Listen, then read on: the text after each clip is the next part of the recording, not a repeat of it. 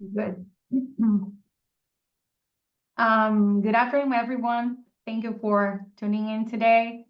I'm Isabel Araujo and a member of the CFA Society San Francisco and part of the Member Program Advisory Council. It is my pleasure to welcome you to our webinar. Our webinar today will be about recruiting in financial services, what employers look for. And our speakers today are AJ Knoll and Jeff Abrams.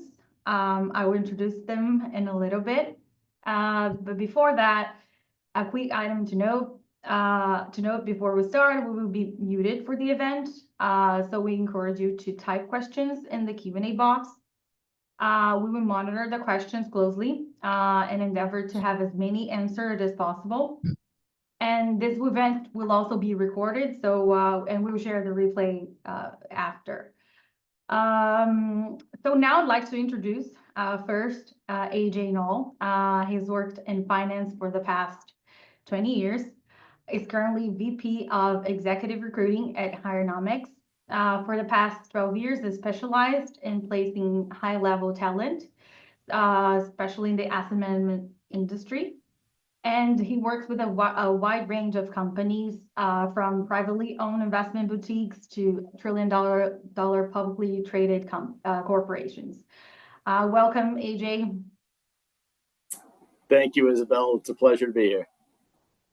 Now I'd like to introduce you to Jeff Abrams. He's VP of Permanent Services with the Financial Services Group at Robert Half, which is one of the world's premier recruiting agencies. And finance is the largest team within the company. He recruits for wealth management, VCs, private equities, specialty lenders, boutique IRAs, and is more focused on the mid-size to smaller size space. Welcome, Jeff. Thank you. Happy to be here. And so thank you both for accepting our invitation. It's a great honor to have you here and an opportunity for a rich discussion around recruiting financial services. The turnout for this webinar has been great. So we're super excited to get started. A little bit of an introduction to the topic. We have this webinar was sponsored by the Young Leaders Council, so we might have a lot of folks here looking for a first job, but we also have some more seasonal professionals looking to make a career move. Our audience is mostly in the Bay Area, but we as a CFA Society San Francisco, we're one of the largest in the U.S. We do have a broad reach, so there's also people tuning in from different regions across the U.S. With that in mind, and with no further ado, I will start the first part of our panel. And the first question will go to AJ. And AJ, considering the financial industry, how it has evolved over the recent years, how do you think a candidate can make a CV and a LinkedIn profile stand out? Yeah, thanks, Isabel. I mean, it's a great question and very important, because you have to think your resume and your LinkedIn profile are often the first impression that a hiring manager has of you. So with a resume, and it's funny, as long as I've been doing this, some of the worst resumes I've seen are from the most successful professionals. But a resume doesn't have to be anything crazy elaborate. Essentially, though, it does need to have a clean format. I recommend the bullet format. You do not want long, dragged out paragraphs. You want to be able to clearly articulate what your primary responsibilities are. You know, sometimes you get these resumes and it's a lot of fluff, and you read through it and you still don't even understand what the key role is of this person. So within that, I would make sure, specific to your role, but you want to be able to identify what client segment you're working in, whether it's retail, institutional, high net worth. If you're in sales, what channels are you calling on?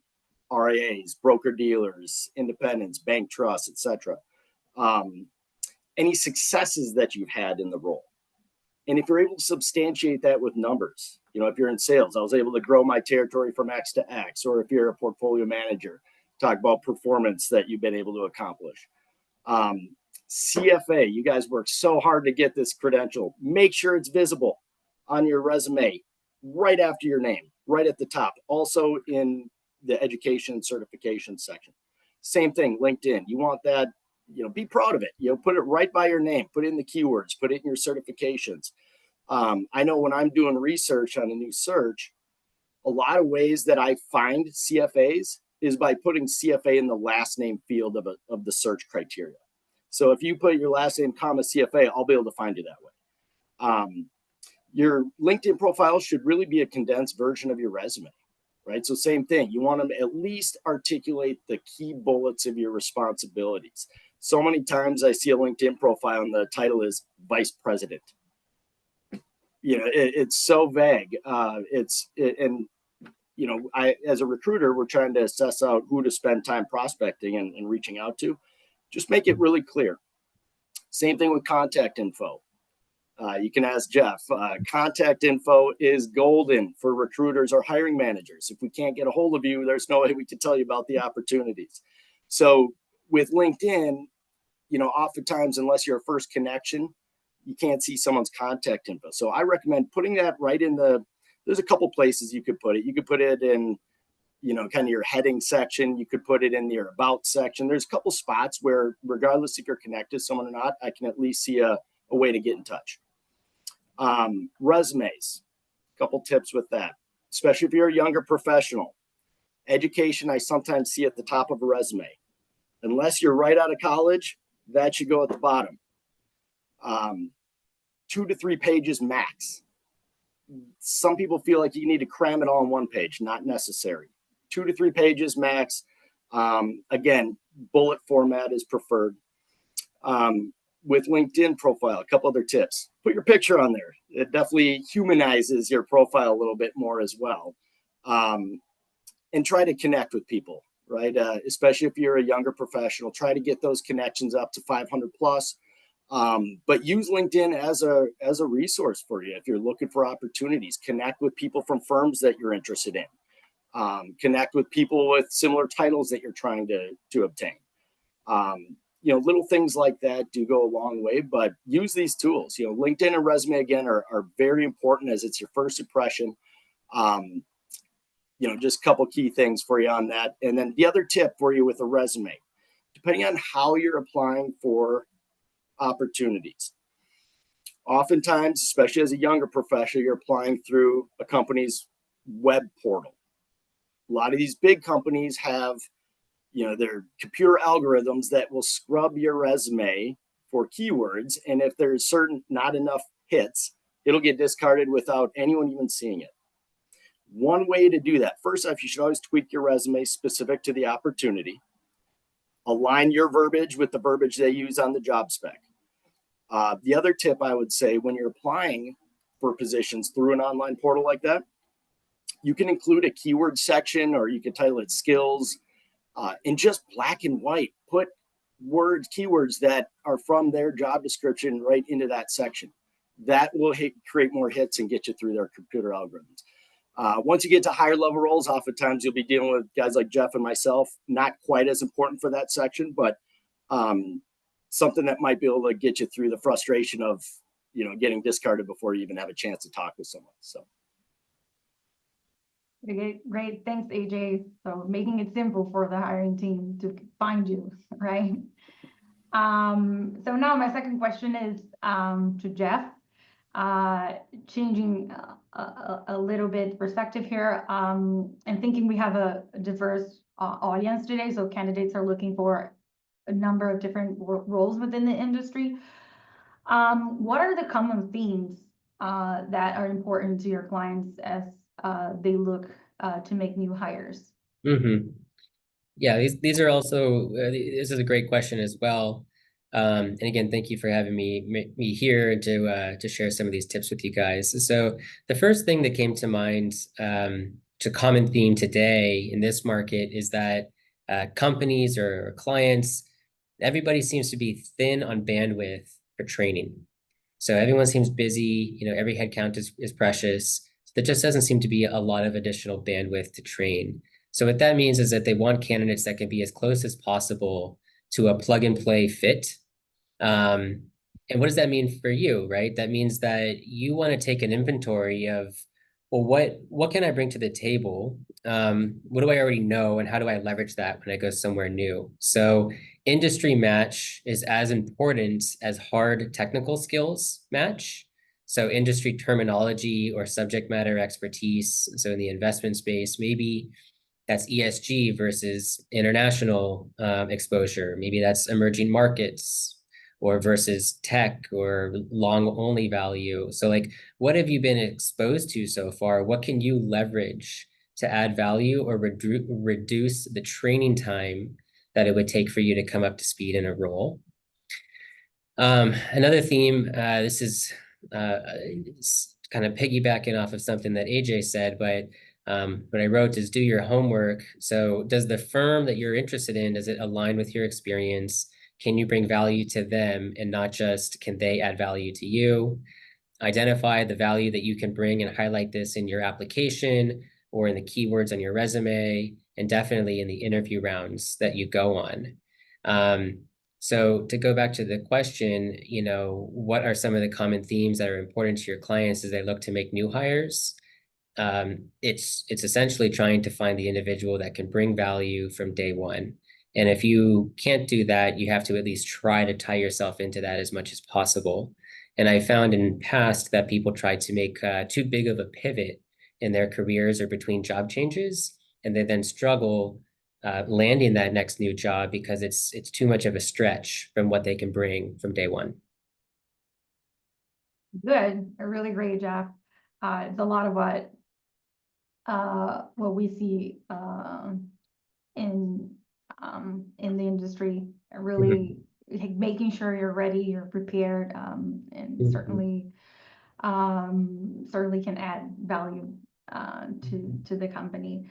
But now a question for both of you, and I think AJ touched on it a little bit already, but kind of wanted to learn more about this, is the importance of networking and making connections, even prior to the job search. So, we kind of see this as being important for like people looking for a first-time job, because they don't have that much experience to leverage on, but also for folks that might be trying to pivot to a new industry. So how is networking, in your opinion, important? Incredibly important, and not just prior to a job search, but every day as a professional, right? You know, I work with small firms and big firms, and you know, one of the pushbacks I sometimes get with when I'm working with a smaller firm is, oh no, I'm looking for big shops only because the small shops are too risky, right? They could get acquired. I would argue just the opposite, actually. I'd say the larger firms are the ones you see more mergers, acquisitions, layoffs, restructuring. Layoffs happen, I guess, is my point. So you always want to be networking. Again, I would identify kind of firms that are of interest for you. Maybe it's you know, something outside your wheelhouse today, but start making connections with people there. Industry conferences, you know, use that opportunity to get to know other people in different segments of the industry, different organizations. You know, a CFA society, you guys, you know, things like this, right? Leverage your network that you're building with other CFAs. Just little things like that, you know, do go a long way. But I would encourage never stop networking, and always have your eyes open to opportunities, even if you're gainfully employed, right? If it's not right for you, you know, maybe you have a buddy or someone else that's a perfect match for it. So. I would also say, you know, networking goes beyond just professional networking. It goes beyond just, you know, going to a CFA society meetup. You can do networking in an area of your interest, and you meet others that have common interests, and through that, whatever that is, you may find people that have overlapping professional connections for you too. It's a lot of times people will get their next positions or more senior positions as you go up through your own network. So the value is immense in getting out there early on in your career, to get knowledge, to get referred to people, even if it's referred to recruiters. But down the line, you really want to lean on your network for career opportunity, but also to leverage each other as you continue to learn and progress in your respective careers. Good. So networking is kind of a never-ending Yeah. thing. And Yeah. one more piece on that is like I know that that could be a big effort to get out there and do that, but it's something you have to practice, which is that social skill, that communication skill, because that comes into play in any of your interviews. So the more you've practiced this, the better you're going to interview. For sure. And then adding to that, like my next question to Jeff would be the do's and don'ts during the interview process, but also connecting to it to what you just said, like how to practice, like maybe some of those soft skills, networking, maybe that's also like transferable to some of the soft skills that you need during the interview process. Can you maybe talk to us, Jeff, a little bit about like the do's and don'ts of like, okay, I got selected to a job interview. What do I do now? What I'm expected to do, and how do those like soft skills that you were talking about maybe interact? Sure. So I wrote down 5 things on the do's, and the don'ts are basically to not do these things. So make sure you do these do's, which is you get selected for an interview, actually some of these are going to sound obvious, but actually research the firm. And I say spend about an hour researching the firm, devour the website, read the bios of the exec team, make sure you read the bio of the interviewer that you're speaking to, and read any press releases that may be out there about the firm. So doing that basic amount of research, especially in an analytical or research-oriented role, bare minimum you have to do. The second piece is preparing compelling answers for the three whys, which are why am I interested in this industry? And it's not just finance as an industry. Maybe it's a wealth management firm you're looking at. Maybe it's a mutual fund that you're looking at. Maybe it's, an ESG, with a specific tilt investment firm that you're looking at. So why specifically am I interested in that industry? Why that particular firm, and why the specific role that you're interviewing for? Again, it sounds basic, but a lot of people that I prepare for interviews, they miss one of these 3 whys, where the reasoning isn't very compelling. So work on those 3 whys. The next point is to prepare 3 to 5 thoughtful and genuine questions for each interviewer. It's easy to just pull 3 to 5 interview questions off of ChatGPT or Google or whatever sheet, but genuine questions that you really care about knowing the answer to, that will be a differentiator.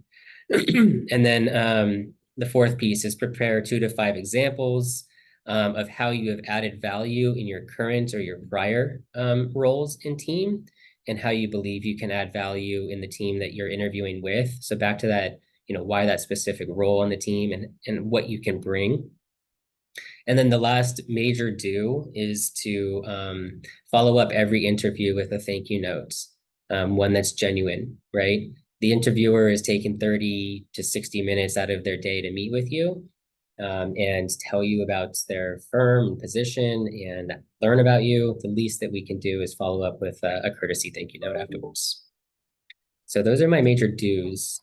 For don'ts, one of them is, not to ask about compensation or benefits or time off in a first interview. Don'ts is also to don't ever speak disparagingly or negatively about anyone or any company from your past. Must always find the positives of every career experience or experience that may be relevant to this job that you're interviewing for. And then the third don't would be don't have no questions to ask. Always have questions to ask. Show interest, right? Show interest, yeah. Yeah, it's AJ, always do you have anything to add?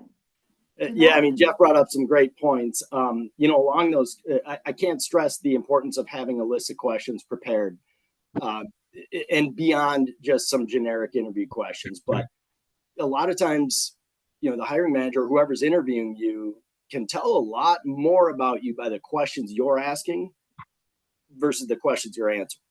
So it shows how much homework you've done. It really shows that you're interested. So very important. And I do recommend having that written out because, you know, in these interviews, your mind's going all over the place. You'll always be able to refer back to that. And for your sake too, maybe there's something you really needed to find out to determine if it's a good fit for you. And that way you'll make sure to hit all those. But, you know, Jeff brought up some great points. Show up on time should go without saying, but it's also don't show up too early. You know, that's something that it doesn't reflect well. So other than that, yeah, that's all I'd say. You know, one other thing, people always are curious what to wear in interviews these days. I would say at a bare minimum, what AJ and I are, you know, a button shirt and a coat. I would even say just to put on a tie. You know, when you're in this line of professional work, it's a good idea to show your best. Really great. Thank you so much for the practical advice. The other, like, I want to make sure, like, I touch in all, like, the major topics before we move on to Q&A. So this is my last question in this portion before I read some of the questions from the audience. And it's directed to AJ, and it's more of a general and context topic. What are the current how's the current job market? Not within, like, only the Bay Area, maybe like across the US, and maybe what areas are in high demand for new talent, which ones not as much. And did you see change over the last few years, or is it more because it's finance, more traditional, it's more fixed? Like, how would you describe the status quo? And Yeah, all great questions. It's a great time to be looking at opportunities. The finance industry is continuously growing. The great wealth transfer, right? You've all heard it. There's going to be $72.6 trillion that are going to be transferred to these younger generations over the next 20 years. It's according to Cerulli and Associates. Bottom line, there's going to be needs for wealth advisors. There's going to be needs for client portfolio managers. There's going to be needs for, well, any role in finance today is only going to become more important. Now, there's certain areas that we're seeing a lot of growth in. I've got a number of clients that have that OCIO model. Seems to be growing very fast as a lot of advisors are migrating from wirehouses and going independent or to RIAs. And OCIO is a great way for these advisors to offer their high net worth and ultra high net worth clients a white glove service when it comes to investment management. And we're even seeing now holistic wealth planning being offered through an OCIO like that, whether it be tax and estate planning, insurance guidance. There's various real estate and other specialists that can come into play. So bottom line, I would say, the OCIO model is very important. I do a lot of hiring with portfolio managers. Long gone are the days of the portfolio manager that sits in the back office and, doesn't talk to anyone. Client portfolio managers these days have to be very personable. They have to be very front facing. They have to be comfortable in front of clients, even have a sales element to them at times, as there's a lot of finals presentations that they may be part of to help close some business. So again, OCIO, client PMs, external wholesaling is one that I would say maybe we're seeing a slight step back in. I don't think it will ever fully go away, but if there's one thing that COVID taught us, technology has been very effective when it comes to running virtual meetings. Advisors especially have seemed to be more receptive to that, and a lot of times even prefer that, as they're able to, do a quick virtual meeting with a specific rep or a wholesaler and get on with their day. So as a result of that, we're seeing more of these big firms move to a hybrid wholesale model. So rather than have an external internal, they'll have a hybrid that's traveling maybe 25% of the time, and the rest of the time is virtual meetings. So that's a trend that we're seeing today and we'll continue to see. As far as channels go, as I shared, we're seeing more advisors migrate to independents, and especially the RIA space. Most of the roles I've had lately when it comes to wholesaling roles are all dedicated to the RIA channel. Products kind of within that especially Alternatives are the hot asset class right now. Private equity, private credit, interval funds. Alternatives are definitely a big focus right now. Outside that, I would say that the biggest thing I can stress is, keep your eyes open, keep networking. There's all different facets of the industry. Roles like key accounts, that's going to continue to expand. Institutional sales, retail sales, they'll always be there, but I think the way that they're run today might just look a little different as technology keeps evolving. Jeff, any other trends you've been identifying? I'm sorry? Oh, no, asking Jeff now if he's identified any different trends than AJ just mentioned.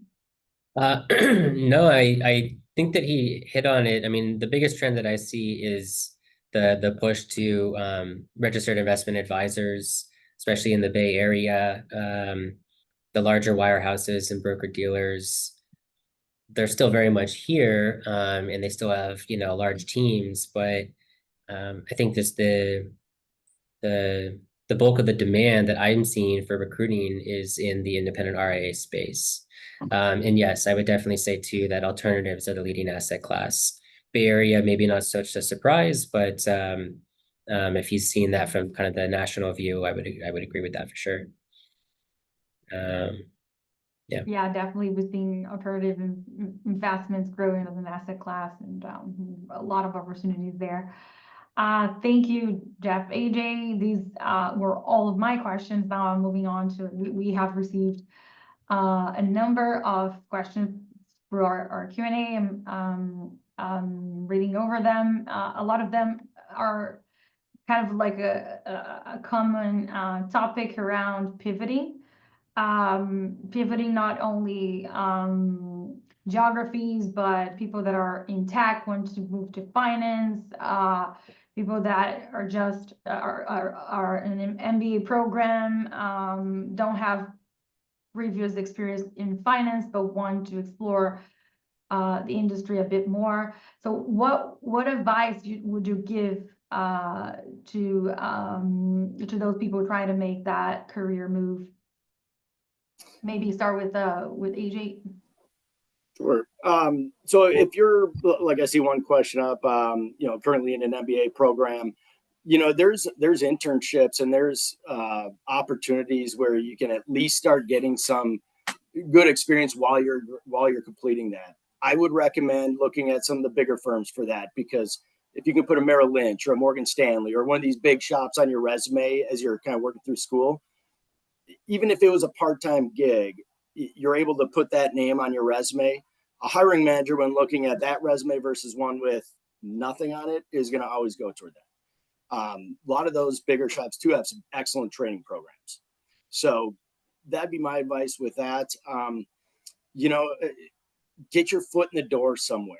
But I would also start to be a little strategic in what path you want to go down.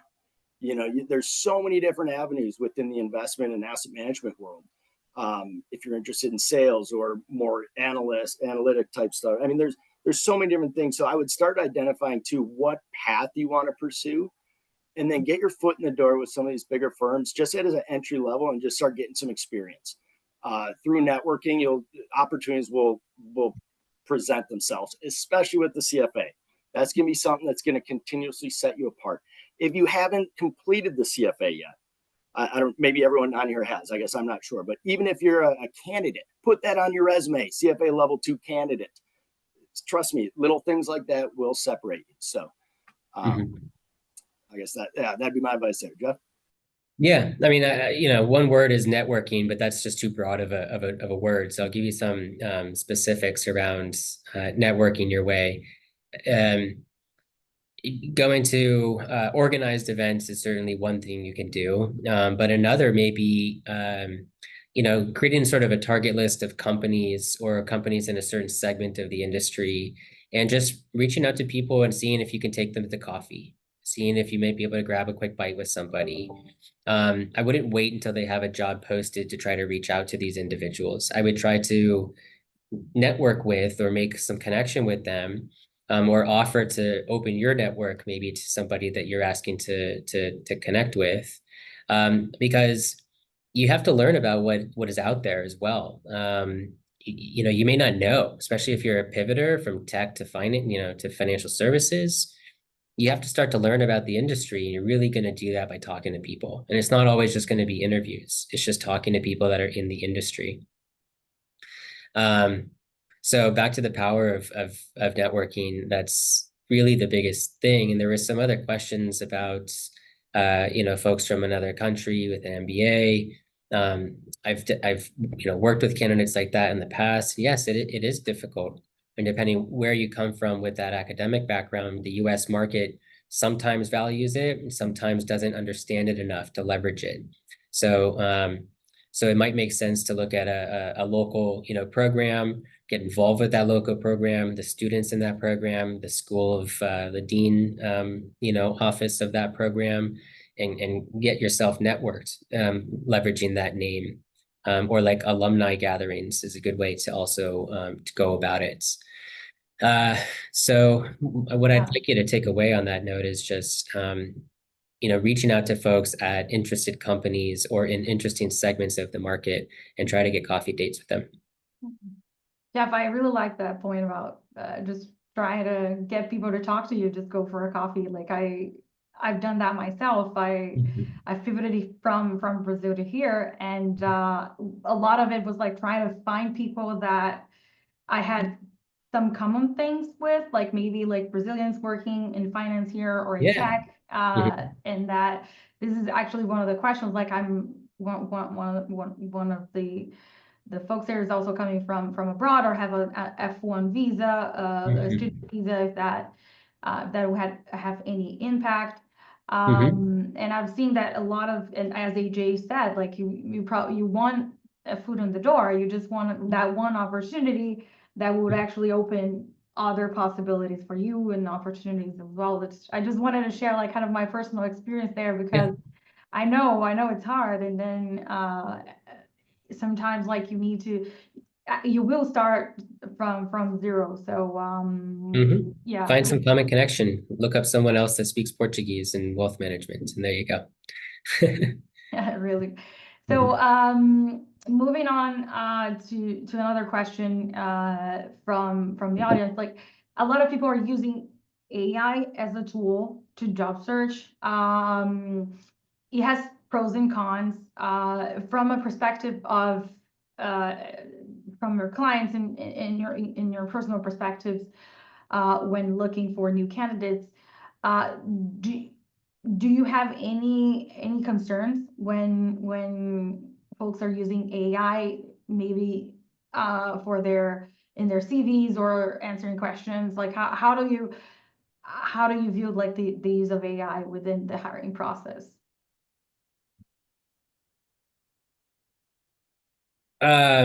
It's perfectly, you know, applicable for templates, but you can't just use the templates. I think most readers of AI generated content can kind of guess that it's AI generated content.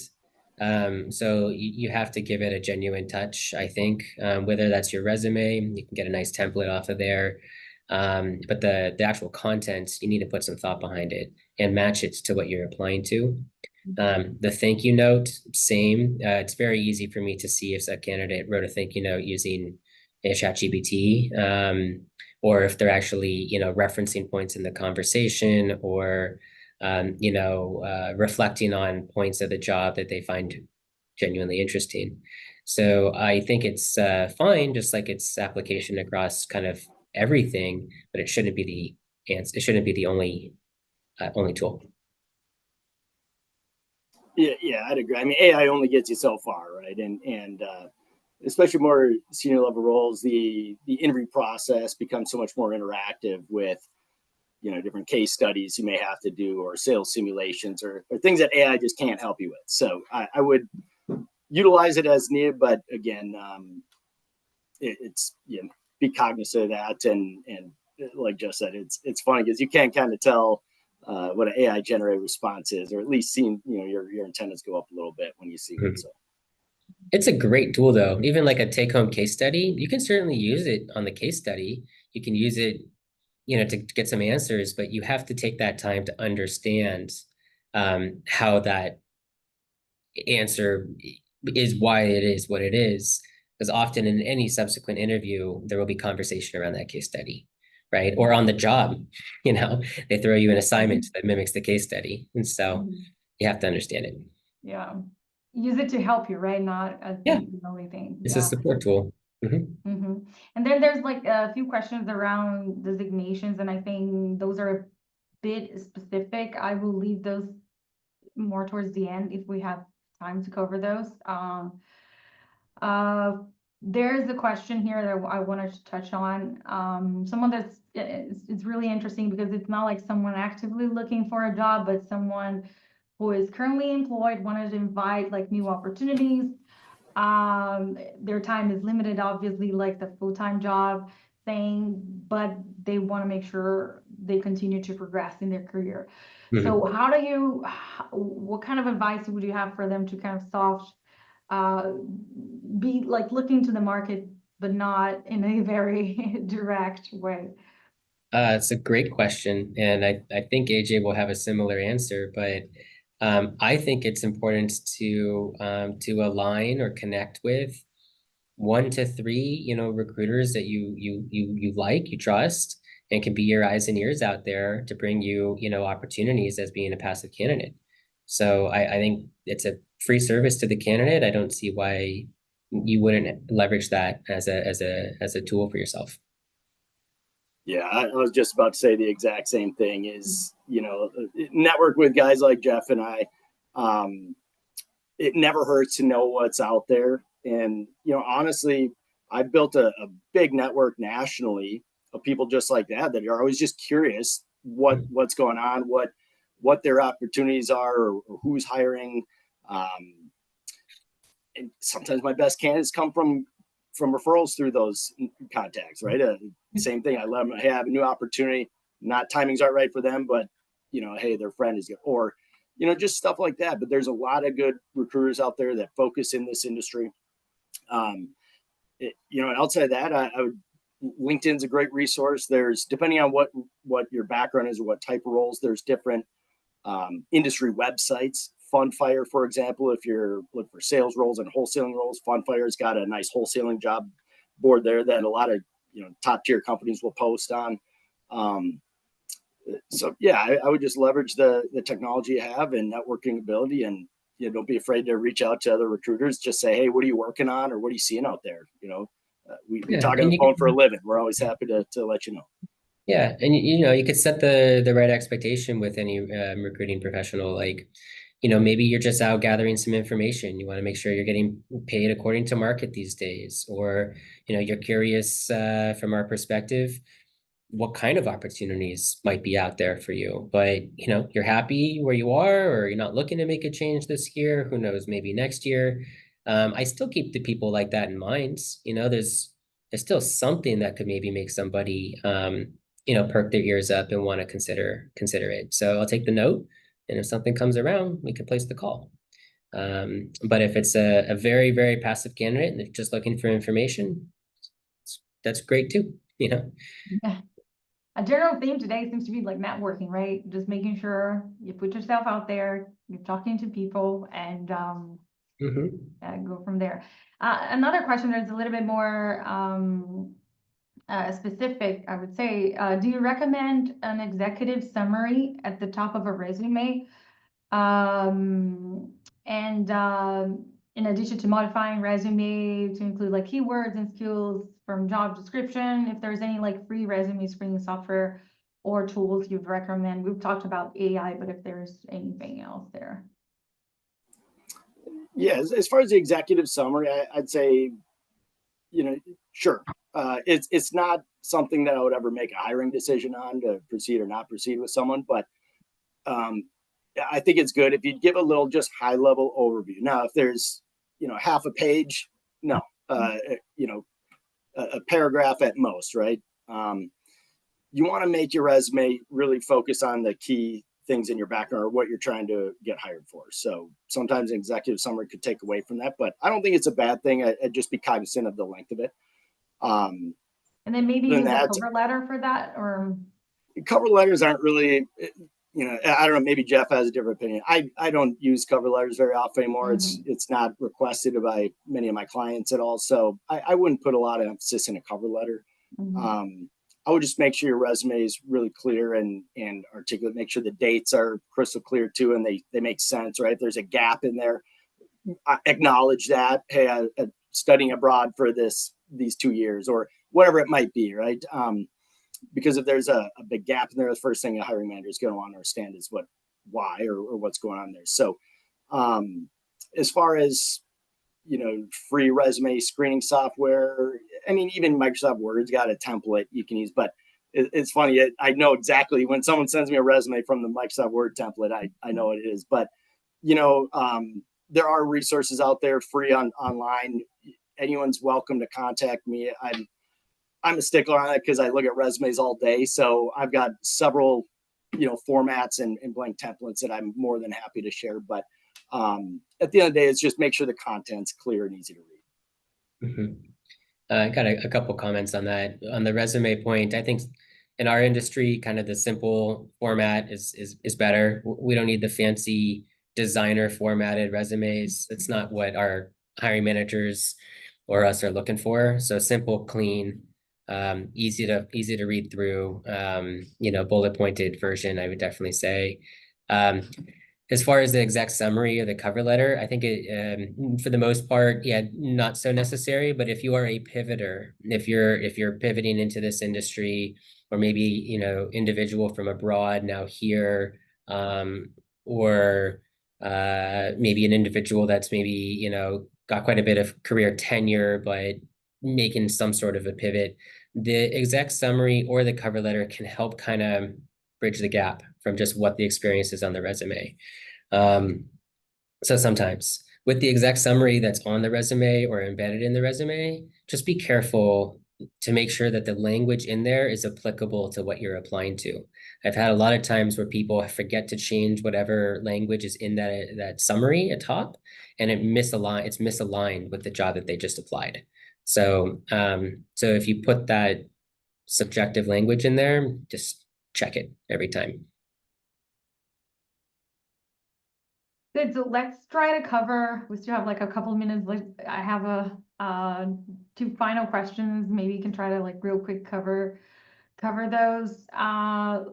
One is someone in tag over 15 years trying to pivot to equity research now.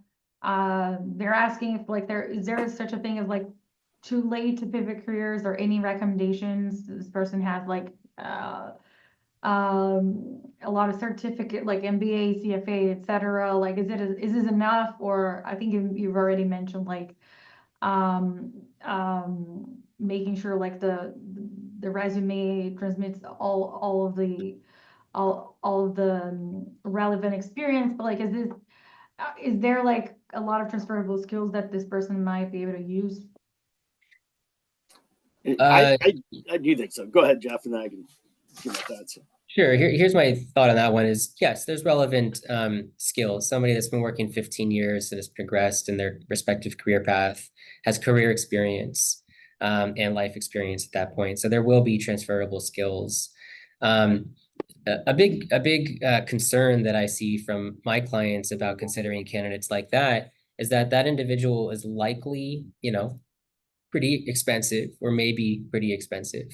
And then the other concern is, you know, how long will they want to do this level of work until they're ready for the next and the next and the next? And can I, as the hiring firm, support that? Do I have enough work for them to keep them engaged, to keep them around for 3, 4, 5 years? Or is this person going to outgrow, you know, the role and my team too fast? So that's something that you might address in a cover letter, or you might just need to think about as if you get an interview for a equity research job, because you're coming back to square one, you know? So you have to reconcile the compensation difference, and then you have to appreciate that your growth path, you know, might be somewhat limited depending on how they can support your growth path. Go ahead, AJ. Yeah, you know what I would say to someone with that background. I mean, the fact you have a CFA and an MBA, you know, you didn't pass the CFA unless you got a pretty good baseline knowledge of the investment world, fintech is exploding right now. And I think that would be an excellent segue to leverage your technology background and start getting more hands-on exposure in the asset management world. And depending on how you like that, you can take that next step then into a pure asset manager. But technology is continuously evolving. Fintech is such a broad term. It can mean so many different things. I've seen fintech firms that I've worked with that are almost all technology guys, and they really don't know the finance industry. And I've seen the opposite, where they're all finance guys and they're trying to bring in more technology experts. So, just check out some fintech shops. Asset Mark comes to mind as an excellent TAMP out there that does a lot with technology for advisors. And they do a lot with affluent clients as well, high net worth segment. So, that might be a firm you want to check out. But anyways, I would just say, utilize don't throw away your technology background, because I think there's a way you can kind of blend the two.